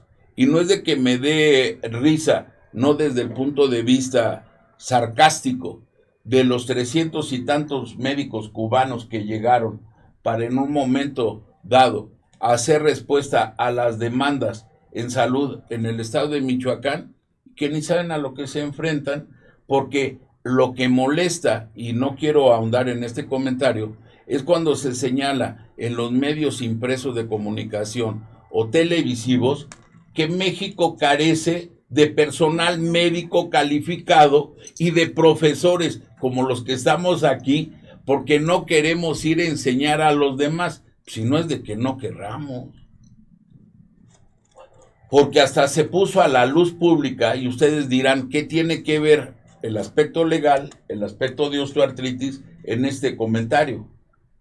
¿Cómo es posible cuando ponemos en una palestra lo que se le está dando de ayuda a un becario, un interno, un médico pasante, en relación a otros personajes, que no estoy en contra de los programas sociales, pero bien llevados, y que es una bicoca por no hacer nada, y que un interno de pregrado o un pasante de servicio social tuvo ya bien invertir su vida en, voy a quitar la área preescolar, 6 años de primaria, 3 años de secundaria, 9, 3 años de preparatoria, 12, y 6 años de medicina, 18, para tener en sus manos la misma remuneración económica que otra persona que está nada más para ver si ya conjuntó para comprar una motocicleta, y que en buen plan, si uno lo viera desde el punto de vista práctico, no porque seamos traumatólogos y ortopedistas, obvio, ha fomentado mayor número de accidentes y mayor demanda en los servicios de salud para el manejo de las fracturas, luxaciones, esguinces, etcétera. Y que qué tienen que ver con la osteoartritis, porque proceso inflamatorio crónico en una articulación nos va a dar osteoartritis. 100%. Y fíjate que va de la mano con el comentario, bueno, algunas cosas que dice Marisol, dice, ¿pueden mencionar más el desgaste óseo y articular en nosotras las mujeres, tanto en la menopausia? Así que me pegaron. Tanto en la menopausia y en el embarazo, y cómo podemos cuidarnos para evitarle a osteoartrosis o alguna otra enfermedad similar. Excelente tema, saludos y bendiciones, Marisol. Bueno, pues vamos a empezar desde el embarazo. El embarazo pone a la mujer, si lo comparamos con un motor, pues el motor está con cierto desgaste, el embarazo hace que se desgaste más ese motor.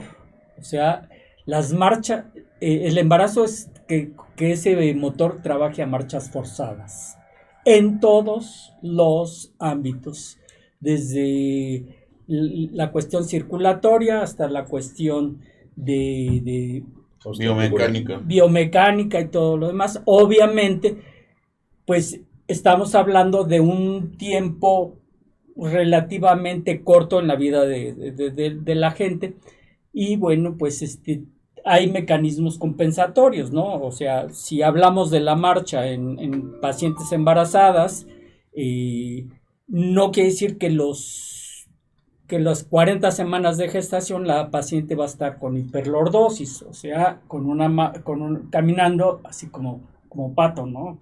Claro. Con la espalda hacia atrás, pero sí mucho tiempo sí lo va a tener, y obviamente puede llegar a repercutir en sus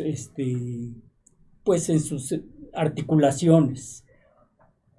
Esto quiero imaginar, bueno, sabemos que es reversible Es temporal. y también es importante pues el tipo de alimentación de la paciente, los ejercicios que hace la paciente, porque no es lo mismo una paciente que se embaraza con sobrepeso a una paciente que gana peso. O sea, yo siempre les he dicho a mis pacientes embarazadas, seguimos con preguntas, qué bueno, yo les he dicho a mis pacientes embarazadas que no quiero que engorden, quiero que aumenten de peso. El aumento de peso ponderal de cualquier paciente embarazada ya está bien definido y no es lo mismo engordar que aumentar de peso. Por supuesto. Y entonces, pues obviamente eso es algo que tenemos que manejar con nuestras pacientes embarazadas. En cuestión de las pacientes menopáusicas, y tú ahorita lo acabas de nombrar, estamos viviendo más, ¿sí? En décadas anteriores, la expectativa de vida era de los 60, 70 años. Hoy en día nuestra población está viviendo 80, 90 años. Y obviamente afloran otro tipo de patologías que no los veíamos hace 10, 20 años. Indudablemente. Aquí hay algo que se debe considerar y tal vez arrebate la palabra, pero por cada kilogramo de peso que un ser humano aumenta, en el momento que queda parado en un solo pie, la rodilla recibe 4 kilos de presión. Uh-huh. Esto es importante considerarlo porque si la paciente en promedio esperamos que suba 10 kilos en un embarazo, durante el último trimestre lo más probable es que tengamos 40 kilos extra de presión sobre la rodilla. Y si le a cada aumentamos paso, el sobrepeso previo, pues ya estamos en problemas. Y además la cantidad de material inflamatorio que está produciendo con la masa grasa exagerada. Entonces es importante considerar esto para que la paciente solamente suba estrictamente lo que está permitido y que al terminar el embarazo trate de disminuir sobre todo la masa grasa. Eso da pie a lo que mencionas de que va junto con pegado y que el aspecto de tratamiento en la osteoartritis es multidisciplinario y en ocasiones multiinstitucional. ¿Por qué? Porque el ejercicio y el movimiento son básicos. Porque conforme va transcurriendo el embarazo, lo primero que se va a modificar es el apoyo de los pies. Y técnicamente la carga se le va a transmitir, como bien señalas, a la rodilla. Si a eso le sumamos la hiperlordosis a nivel lumbar, todavía está más de manifiesto, ojo, la importancia de tener un equilibrio desde el punto de vista índice nutricional y que nosotros todavía desde un punto de vista más enfático son cambios en los hábitos de vida. Porque es muy paradójico que hasta cuando la mujer en un momento dado ve por terminado el proceso de gestación, todavía en cuantos lugares dice, ¿ya te aliviaste? No, sí. No, pues ¿quién estaba enferma? Estaba embarazada, no estaba enferma. No, pero pues es que te quejabas de todo, de los pies, de las rodillas, de esto y del otro, y ahora más te vas a quejar de la columna, cuando si no cambiaste esos hábitos de vida, porque es el otro aspecto del manejo en la osteoartritis. La rehabilitación física bien llevada, la utilidad de los quiroprácticos o fisioterapistas y hasta inclusive de los médicos del deporte, porque a final de cuentas el tener un mayor grado de oxigenación para un producto que está por nacer va a ser de lo más satisfactorio. Indudablemente. Pero no solo las articulaciones de carga sufren. Claro. Hay, por supuesto, la prescripción de que las mujeres duerman sobre el lado izquierdo. Y el dolor de hombro del lado izquierdo es muy común en las mujeres embarazadas porque van a presionar el sitio del manguito de los rotadores. Entonces, también van a producir este tipo de alteraciones que son temporales y que se tienen que resolver porque al final del día todo el material proinflamatorio de la masa grasa va a estar trabajando a todo lo que da. Y por otro lado, debemos considerar que si ya te da sobrepeso y el efecto anabólico del embarazo y todas las hormonas que se liberan, va a producir un incremento en la masa ósea. porque generalmente no afecta tanto la masa muscular, porque no se puede ejercitar de manera, digamos, Claro.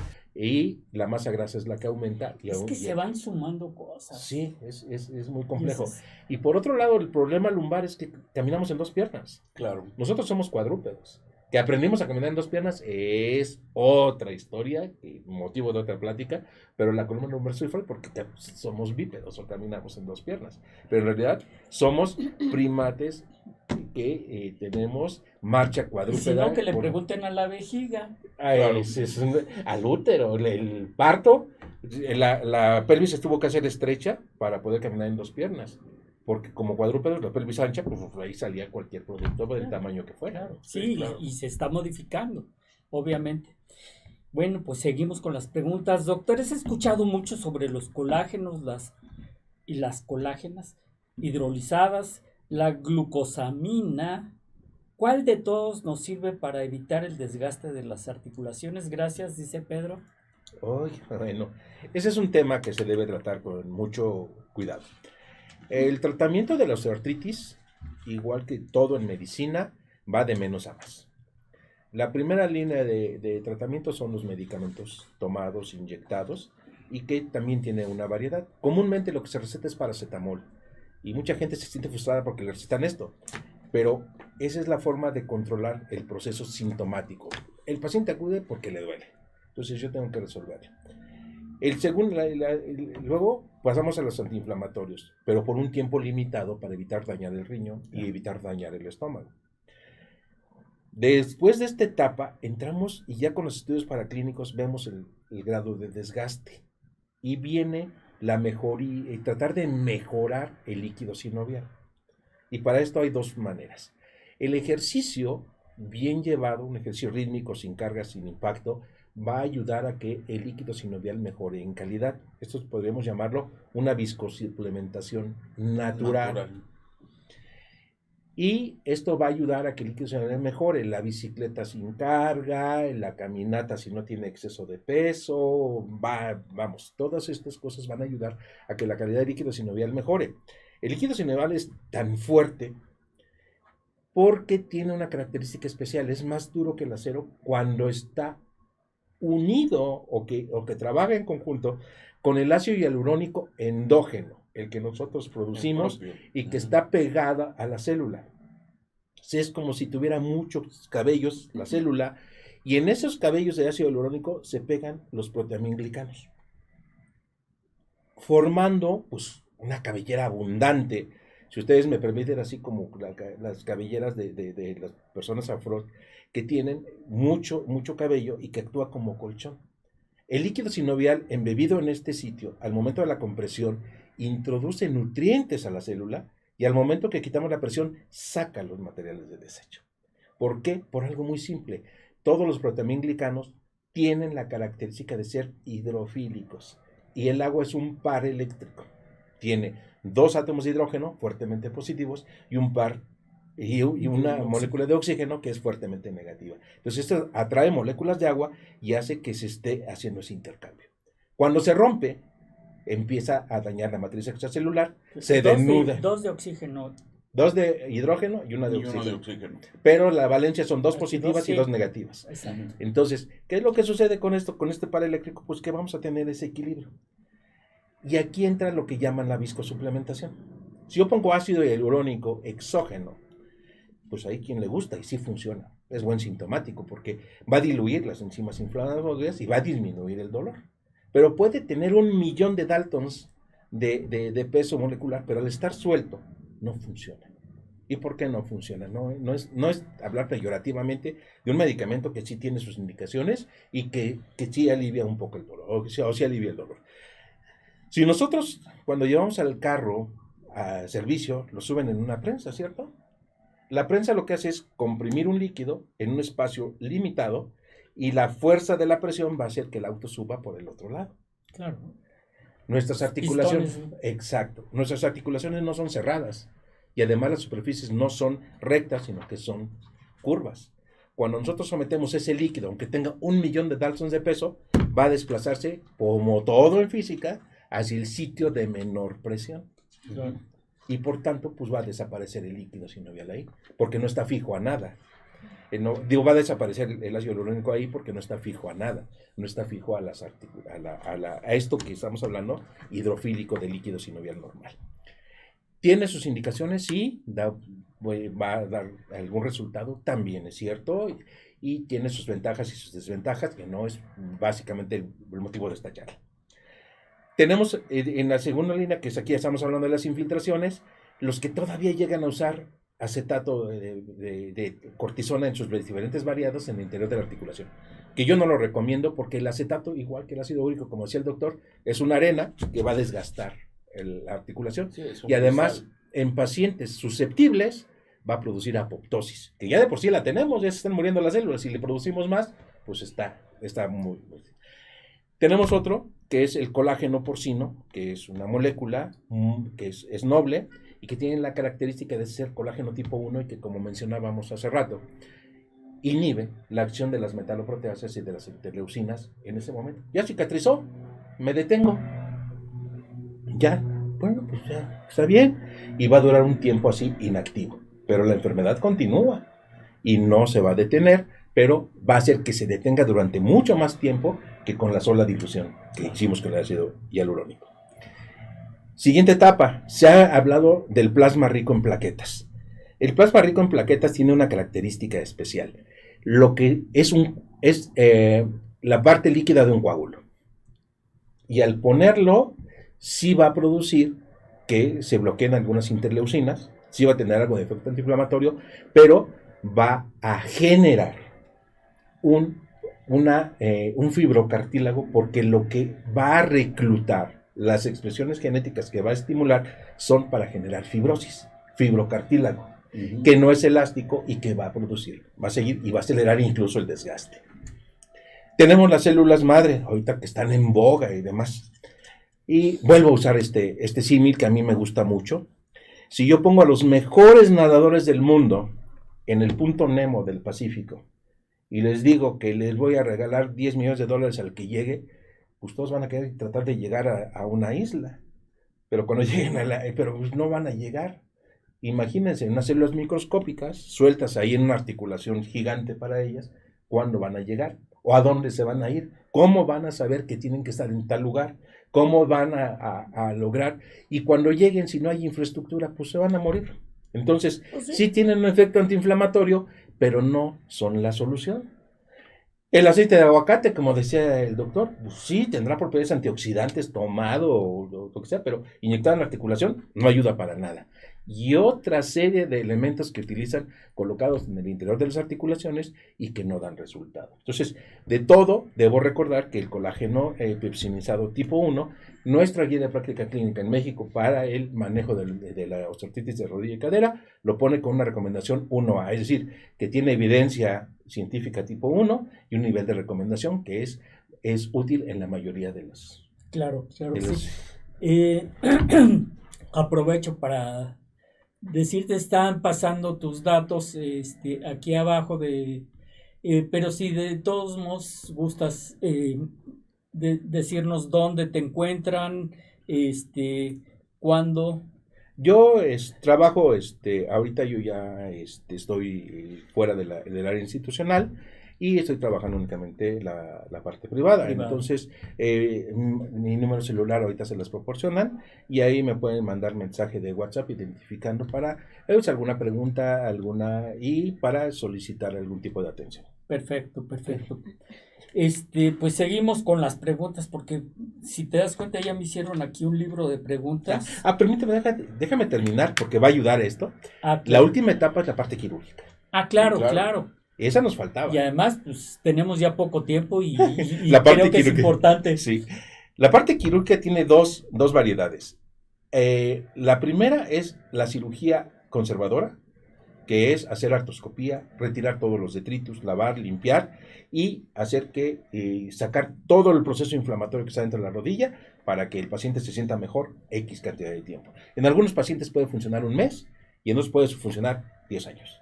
Esto dependerá del grado de la expresión epigenética, como bien decía el doctor, que estemos observando. Por el otro lado, seguimos con la cirugía mayor. que pueden ser las osteotomías para alinear los defectos y corregir y distribuir mejor las cargas, y que van a retrasar la aparición de la osteoartritis tardía, o la prótesis de rodilla, que se pone en el último grado y que está recomendada para pacientes mayores de 55 años, pero que hoy, con el abuso que hacemos de las articulaciones y con la cantidad de violencias externas que se provocan, accidentes, lesiones deportivas, violencia, etcétera, todos estos elementos van a generar que la destrucción articular tenga que sustituirse con implantes metálicos, con una interfase de polietileno que permitan una fricción indirecta para que se resuelva la parte hombres dolorosa. biónicos. Sí, el problema está, básicamente, que eso es irreversible. El hueso que vamos a retirar para adaptar la prótesis ya no se recupera. Y la prótesis tiene una vida limitada entre 10 y 15 años, y que con esto el paciente va a requerir, con lo que estamos viviendo, un recambio más caro y con más riesgos. Lo que señalas es sumamente importante para las personas que nos están escuchando. Técnicamente, una cuestión es abordar un problema desde el punto de vista general, y por eso son los programas en medicina preventiva. Y la otra cuestión es hacer ya un tratamiento individualizado. Todas las herramientas, porque como tal funcionan para diferir lo que nosotros, y hasta hay compañeros que puede sonarles que es antiespecialidad, una cirugía radical que es la artroplastía total de rodilla. Porque lógicamente los cortes que realizamos en los huesos ya no se pueden, entre comillas, recuperar.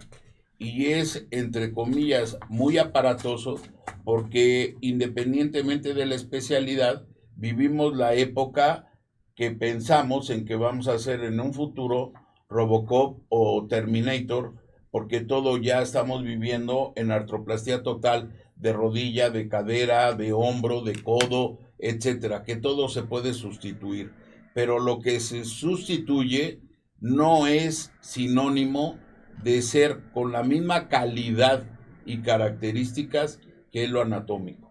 Y por eso, en relación a lo que es el colágeno, las células madre, factores de integración celular de origen plaquetario, el simple lavado de una articulación con técnica artroscópica, eso no es un tratamiento curativo, es un tratamiento que le permite a la persona reflexionar sobre el tipo y calidad de vida que ha tenido, el tipo de apoyo que en un momento dado ha ejercido, entre comillas, una sobrecarga en las articulaciones, modificaciones en cuestión de la dieta, y es donde entra el índice nutricional, modificaciones en reflexionar a qué ha dedicado su tiempo libre en cuestión de un arte, en cuestión de caminar adecuadamente, etcétera, etcétera, porque afortunadamente, y vuelvo a ser repetitivo y le doy la bola o la participación a nuestras invitadas, todo esto fomenta un aspecto médico-legal que debe de traducir en una mejor salud pública. Ahí sí parece paradójico, con un bienestar para todos, pero un bienestar bien llevado, no de dientes para afuera. Indudablemente. ¿Sí? Muy bien, pues tenemos muchísimas más preguntas. Desgraciadamente el tiempo nos está comiendo. Nos lo comió. No quiero terminar el programa sin antes darle las gracias a nuestras invitadas, a la licenciada Gladys Cano, directora jurídica nacional de Promenial, y la licenciada Isis Bustamante, ejecutiva comercial de Promenial, por estar aquí con nosotros. Realmente, pues, en el momento que entraron, como que hubo más luz, no sé si se dieron cuenta. No, sean ustedes bienvenidas. Gracias. Y pues no sé si quieras finalizar con algo más. Yo sé que se quedó mucho en el tintero, eso es bueno porque nos da pie a hacer otro programa de este tipo. Más específico, pero en pues, alguna articulación. Claro. Lo primero es, vamos a utilizar un poco el concepto de que hace años en Estados Unidos se utilizaron para reclutar a los marines y a los soldados para la Segunda Guerra Mundial. Tú puedes tener osteoartritis. Un dolor articular, no es un simple dolor que apareció el mes pasado, sino que ya tiene tiempo gestándose y por tanto es conveniente que acudas con un médico para que te ayude a diagnosticar y a darte las medidas necesarias. Es indispensable que se combinen los tratamientos con, primero, la complementación diagnóstica, los medicamentos analgésicos, el ejercicio, la prescripción adecuada del ejercicio y la rehabilitación, en su caso, el uso de sustancias intraarticulares y finalmente la cirugía. Pero cada una de estas etapas debe prescribirlas un médico y para que la prescriba hay que buscar médicos que tengan la capacidad de diagnosticar y de dar tratamientos adecuados para el estadio y el tipo de enfermedad que tenga el paciente. Claro, y además, no cualquier médico debe ser médico certificado por el consejo de su especialidad, que eso es, creo que básico para cualquier especialidad, no nada más para... Sí, porque caemos en terrenos, ahora sí que complementando tu cierre, la osteoartritis es la enfermedad reumática más frecuente y que todos de una o de otra forma vamos a padecer. Y que de acuerdo a nuestra actividad personal, social, de pareja, deportiva, etcétera, se va a manifestar en cualquier articulación. Llámale las más frecuentes: rodilla, cadera y columna. Pero eso no excluye que también sea en la mano, en el hombro, en el codo, en todas. Por eso, técnicamente, consulten con quien más confianza le tengan. Así es. Y eviten la automedicación. Eso yo creo que sí, es nada de automedicación. Y aprovecho el último minuto del programa para darte tu reconocimiento. Muchas como gracias. Pues por participar con nosotros en este programa. Sí, te agradecemos. Tenemos algunas preguntas que si quieres te las dejo. Y bueno, algunos comentarios de mucha gente. Perdón por no pasarlas al aire, pero pues... Sí, a todos les agradecemos sus comentarios, sus agradecimientos, etcétera, etcétera. Y como siempre ha sido el corolario y la característica de este programa, es invitarlos a la reflexión en cualquier tema. Y cada día documentarse en un momento dado con las personas o los medios más confiables. Porque si no... Aquí están nuestras invitadas. Todo puede ser un caso médico legal. Claro que sí. Y además, recordarles que este es un programa sin fines de lucro. Todos nuestros patrocinadores o las personas que nos están patrocinando o las compañías que nos patrocinan, pues todo eso va para el programa, para financiar pues que gastos, podamos salir al aire por lo menos una vez a la semana, 2 horas, y además el programa se retransmite, lo pueden escuchar y ver cualquier día, pueden ponerle pausa, pueden seguir, y como decíamos, dale clic a la campanita. Clic a la campanita, suscríbete a nuestro canal. Sé parte de nuestros fans y bueno, pues no me resta más que desearles un buen día y un mejor fin de semana. Sí, de acuerdo. Gracias por estar con nosotros. Gracias por estar con nosotros y por sus preguntas y comentarios. Nos hacen estudiar y prepararnos más. Así es. Sí, se vale.